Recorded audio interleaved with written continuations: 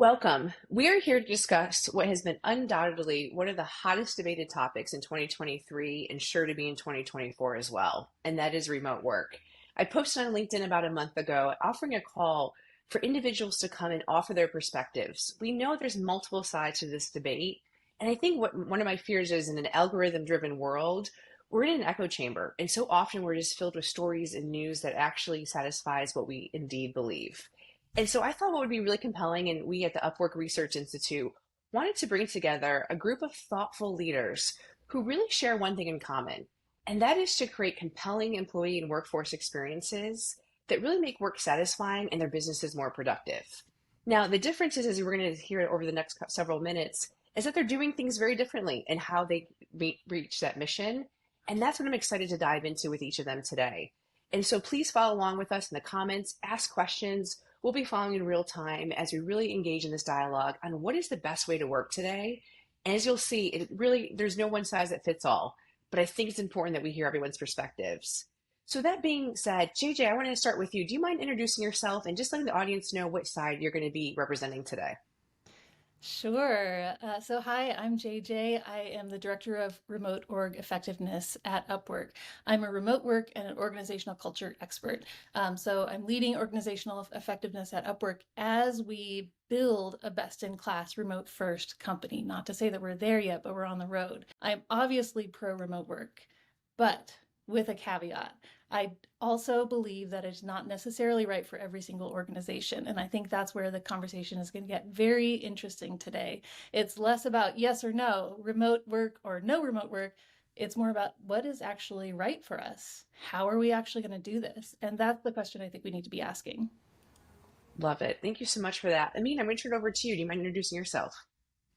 Hi everyone, Amina Moreau here, and I'm a co-founder and the CEO of Radius. And I am going to be taking the moderate view today. And in general, I pride myself on being the gray area person. I like putting my feet in the shoes of other perspectives. I think it's more interesting that way. And frankly, I have been on both sides of the equation. I have run teams that were 100% in office pre-pandemic. And now I'm building a startup that is completely office free or officeless, however you want to look at it, depending on your perspective. But, we've saved a good amount of money by not having to have that real estate and have found ways to empower our remote and distributed team. However, recognize that there are downsides to both. And so I'm going to be arguing for the moderate view that really examines the pros and cons of both, some misnomers in the nomenclature as we're talking about the future of work. And I'm very excited to dig into this and poke and prod and not be in that echo chamber. And let's disagree a little bit, shall we? I love it. That is what we're here to do, and hopefully help also showcase how we do this in a way that's kind, and we can agree to disagree on certain points as well. So thank you so much, Amina, for being here. Tom, I'm so glad that you're joining us today. Do you mind introducing yourself? I'm sure. Good to be with you, Kelly and Amina and JJ. I'm Tom Gimbel. I'm the founder and CEO of LaSalle Network. We're a recruiting and staffing and culture company headquartered in Chicago, working across the United States. I founded it 25 years ago. And I am, it sounds like I'm going to be the side that gets beat up on a lot today for the next few minutes. And I'm okay with that. I'm okay. I've lost my hair already, so it's okay, Kelly.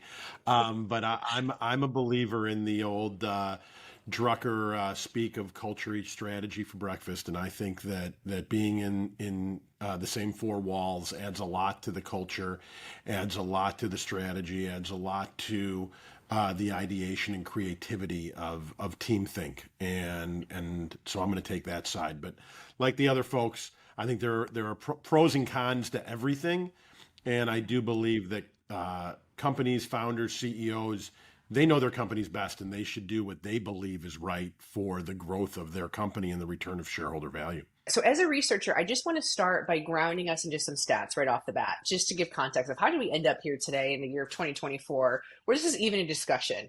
Because if we're going to be really honest and look at the data, yes, remote work and flexible work arrangements have existed for decades. However, according to the US Census, as we look at the Bureau of Labor Statistics, prior to 2019, only about 9 million Americans, that's about 5.5% of the workforce, was actually engaged in full-time remote work. So just a few years ago, this was not mainstream. Fast forward, pandemic hits, AI really starts to become mainstream, distributed work takes off, and today we have upwards of almost 28 million US workers now working remotely. And not just that, the US Chamber of Commerce issued a survey recently that said of those people who are unemployed today in the market, only 1 in 2 would return back to work if there was going to be a remote work arrangement. So we were just seeing this notion of flexibility and remote work really take hold. So Tom, I actually want to start with you because, one thing that you were very humble in your introduction. Your company has been awarded year over year of really being one of the best places to work. So I would love just to hear from your perspective, what is it with the in-office side that you think has to make right with culture? Because certainly your company is winning in the culture game right now. Well, I appreciate it, and thanks for the kind words. My belief is that work should be an ever-learning institution, and the company should be an ever-learning institution.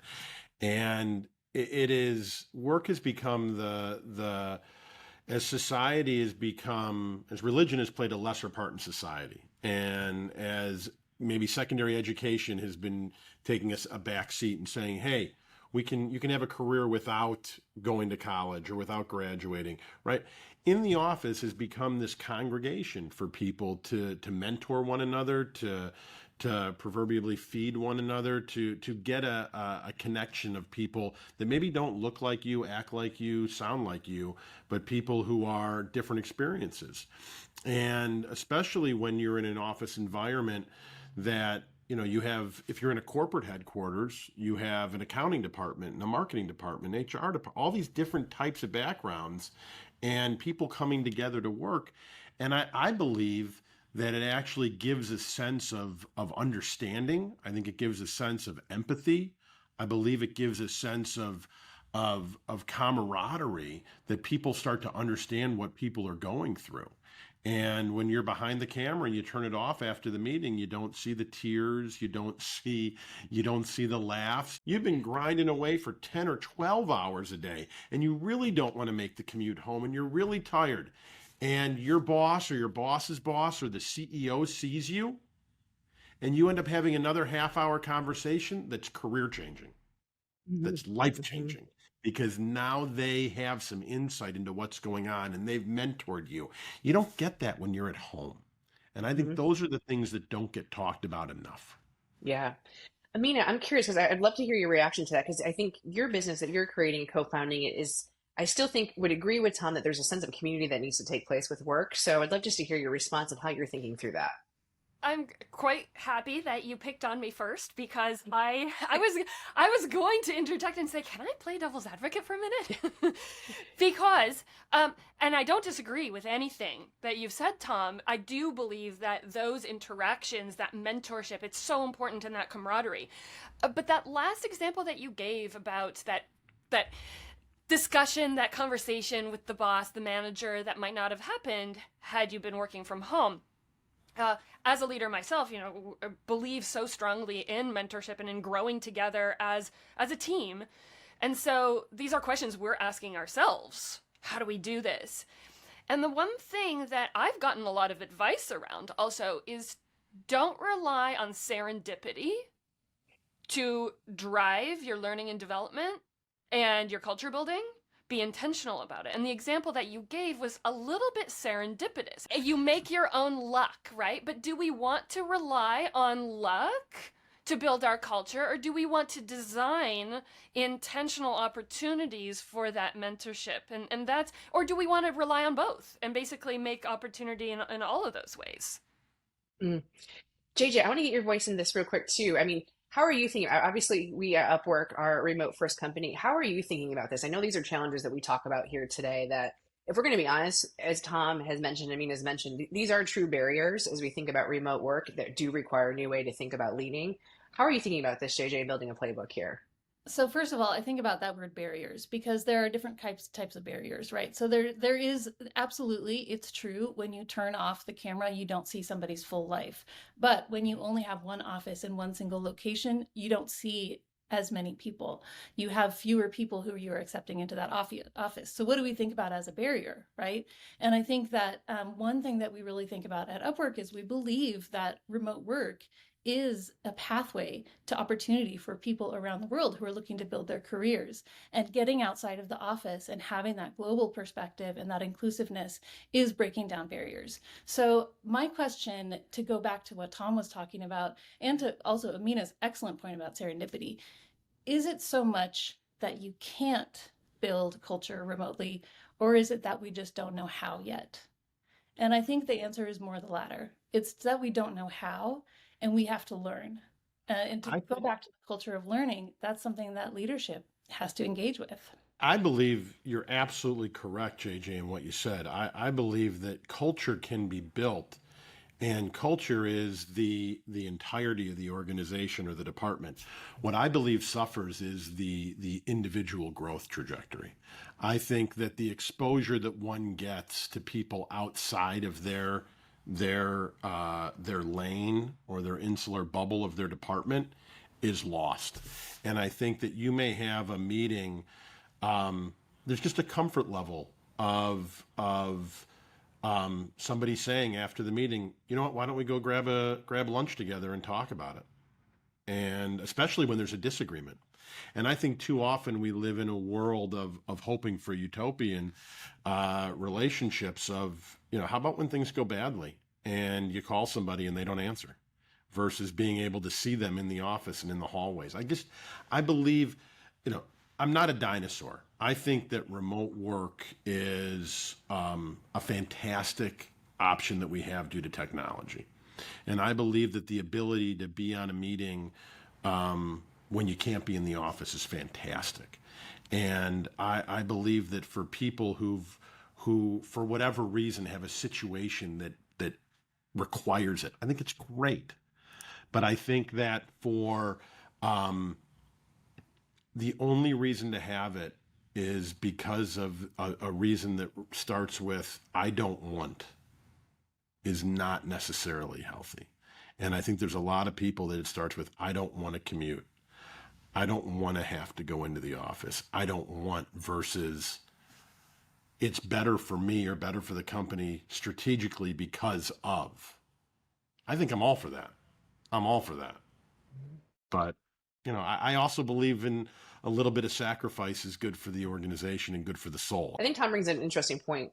So maybe you can tell us what is the positive, what is something that reasons why people want to work remote, not necessarily the avoiding the commute or, whatever thing else might be going on. What are some of the top reasons that you see people using your shared space that you're creating for your business today?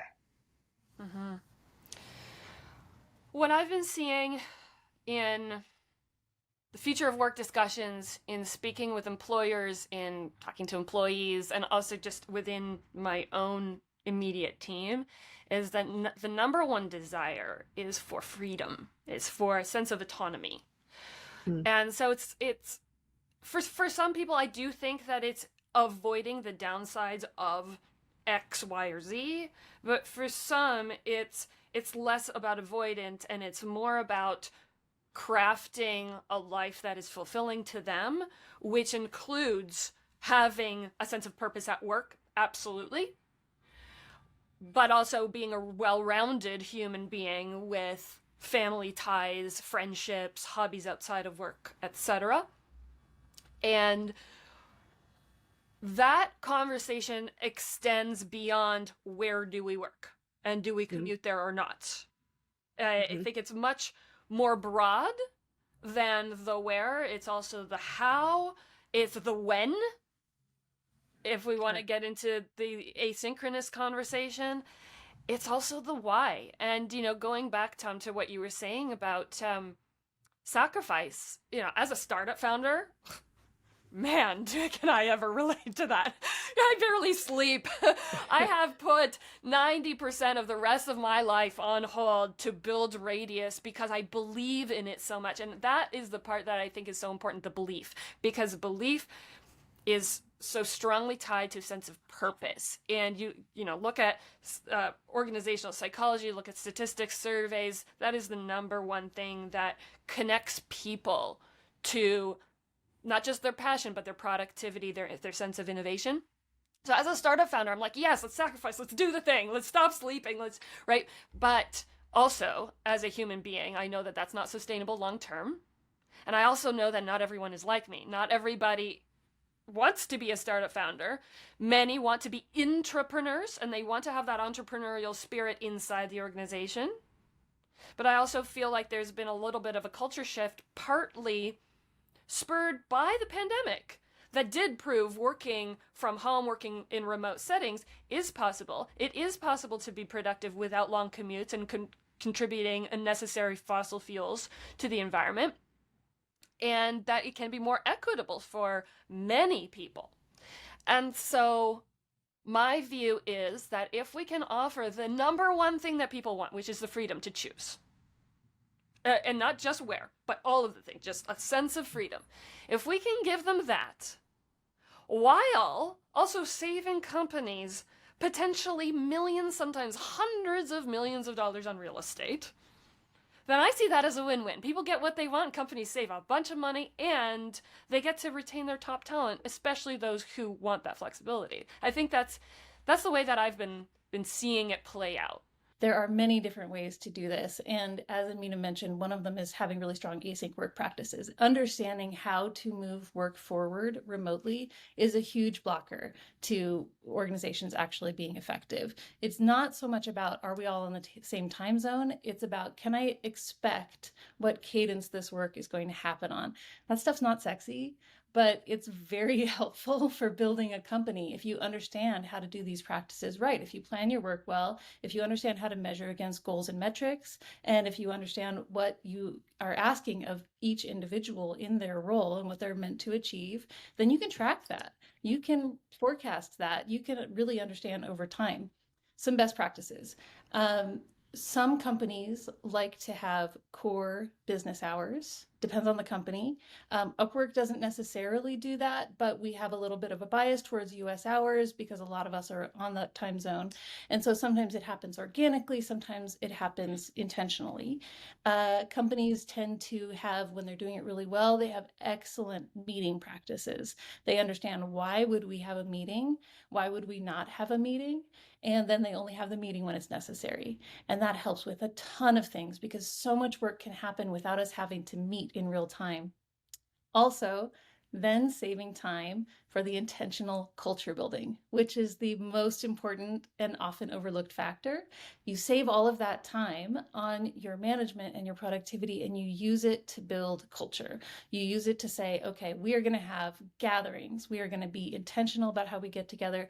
And we're going to have serendipity. We're going to allow people to be social and be free and have free time in company-sponsored spaces so that they can connect as people. It's a long process to build an organization that functions in this way. And that's why I think we think that it can't be done, because we just started a couple of years ago. As a society and as a business culture, we really are very, very young on this remote work journey. And so it's too early to say, can we do it? Can we not do it? I've seen it done well. I've seen it done poorly, but mostly I've seen people working on it and making progress. I was just gonna chime in, and JJ, I think what you just said really blends what both Tom and I were saying. And, you know, on the serendipity front, you know, I think like Tom was advocating for let luck happen.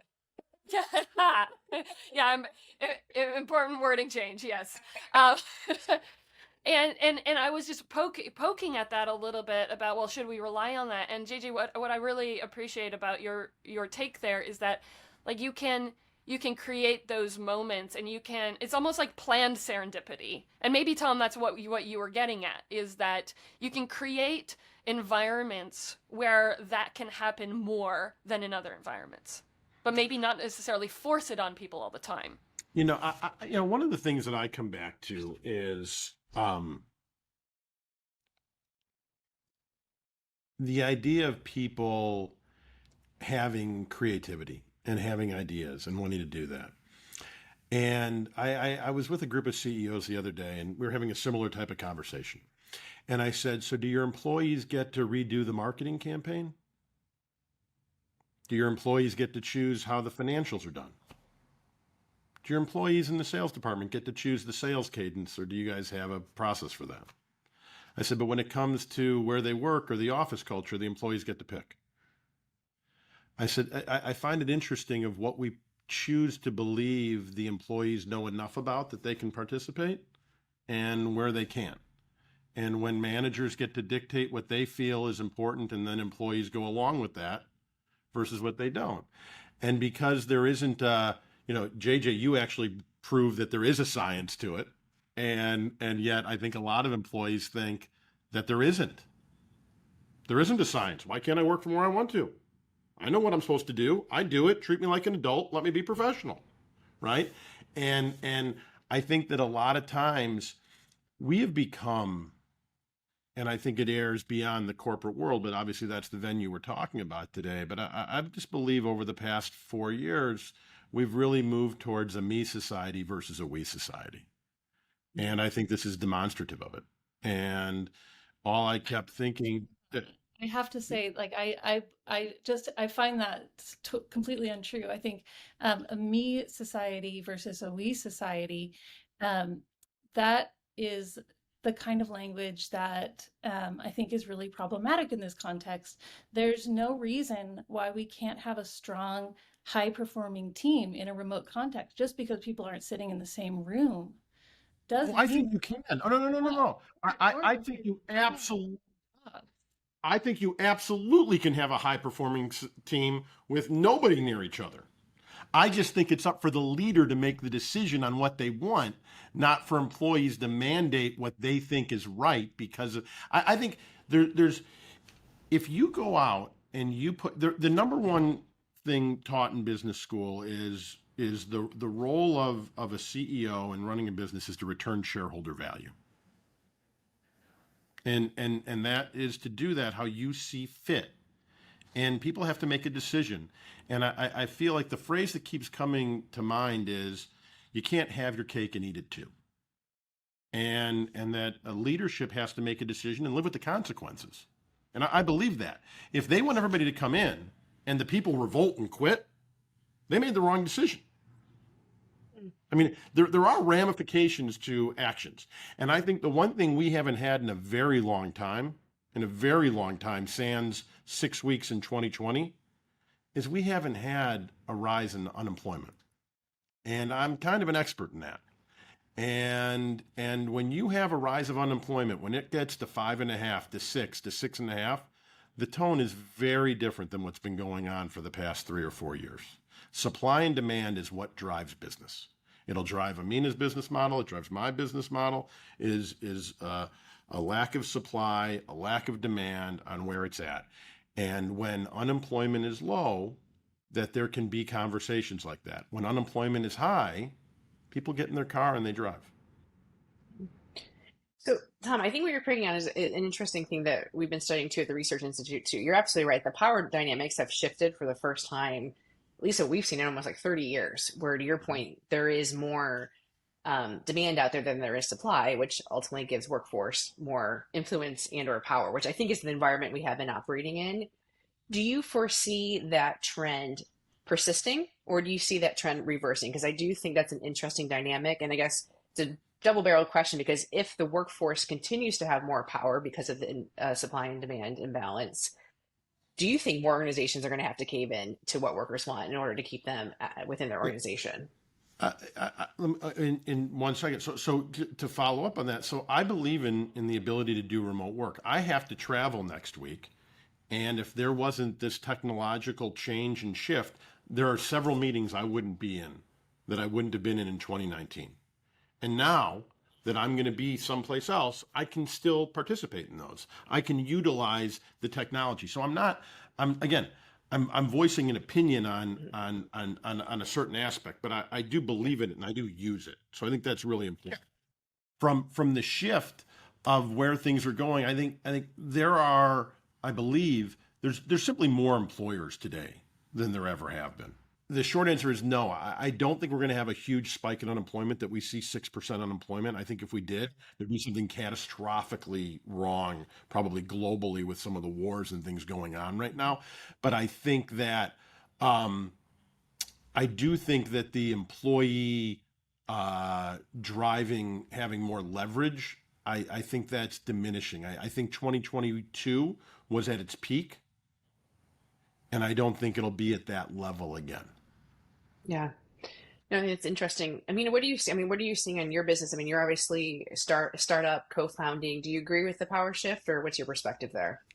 I do think that there's a power shift. I think there are some elements that are going to result in it ebbing and flowing. The increase in AI solutions is probably going to affect certain sectors more than others, etc. So I do think that the balance is going to shift over time, but I also do think that there are certain aspects of the shift we've seen post pandemic as a result of the pandemic that are permanent. And there's a big question that we've been asking ourselves on our team as we construct our marketing and our sales strategy for our product. Sure. Because we're thinking about, should mandates be top down? Should organizations be doing a bottom up approach? Like, what is the best psychology here? And the reason this is important to us as a company for sales is because at the end of the day, what Radius does is it offers on-demand meeting space and collaborative workspaces, right? And so Yep. we are effectively selling occasional space to companies to bring people together. And what we've seen, and we're still a relatively new company, so the data is early, but what we've seen is that when our customers force our spaces on their employees, they don't want to come. But when they say, hey, we've got this space booked next Wednesday all day, if it's convenient for you, if it's in your neighborhood, have a look at the photos. So and so has decided to come. You want to bump into them. If you make it or even make it a bottom up approach so that the employees themselves are actually booking the spaces, and we've got guardrails around how that can happen, but give them the autonomy to book the space. We're actually seeing a lot more excitement, and the metrics actually, like the actual objective numbers, look better when you give people the freedom to choose. But Tom, you're right. The responsibility of a CEO is to return shareholder value. I think also do good in the world. That is, one of my philosophies. And if you can do that better by not saying thou shalt, but listening to your people and then empowering them with the tools to do what's right for the team and the company, that's going to bring back that shareholder value. I think that's the win-win. Make people want the same things that you want. Mm. So I love that point, and I want to build on that because there's a study that came out a week or two ago from Katz Business School, and they studied the S&P 500, and they looked at the RTO, the return to office mandates, and they found that there's no discernible difference on the bottom line among the companies that required their workers to return to the office. So I think that that's early. Once again, the data is still early and we're still far out on actually knowing how this works, but I think there is a story there. Requiring it, mandating it, that may be where the issue really lies. If we look at some of the companies that are trying to rethink this, there are a lot of them are going towards this model that Amina is talking about. So you've got Dropbox, Atlassian, Thumbtack, Upwork is doing this as well. There are companies that are saying, we're keeping the offices, but we're thinking about how we're going to use them. We're going to use them intentionally. We're going to say, this is for you to come and visit and connect with your team and have a moment together, have an offsite, have an all hands, whatever it is. This space is for you and you can use it when you want to. And we'd like you to come in on this day so you can see the entire team. That seems to be going well. It's early days, but I think you're going to see a lot of that going forward. It is not so much we're requiring you to come to the office, but we're giving you this opportunity to come and connect. And I think that's going to be very effective. Yeah, I love that. Well, we're getting really close to time. So if you guys are okay, what I want to do is just popcorn 2 questions around the room to get, a couple word answers here. And I also invite those listening on LinkedIn to also respond to these questions in the chat and in the comments. But Tom, I'll start with you. What is outside of where we work?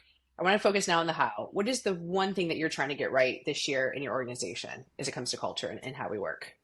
Oh, I would say probably learning and development to make Okay. sure that we're hiring the right people and we're advancing their education process both in our business and as professionals. I believe that that's the responsibility of a company is to make sure that the people who they have who want to grow Yeah. have the ability and the wherewithal to do so. Yep. Love that. Mina, what about you? Outside of getting more sleep. Yeah, I could use some more sleep.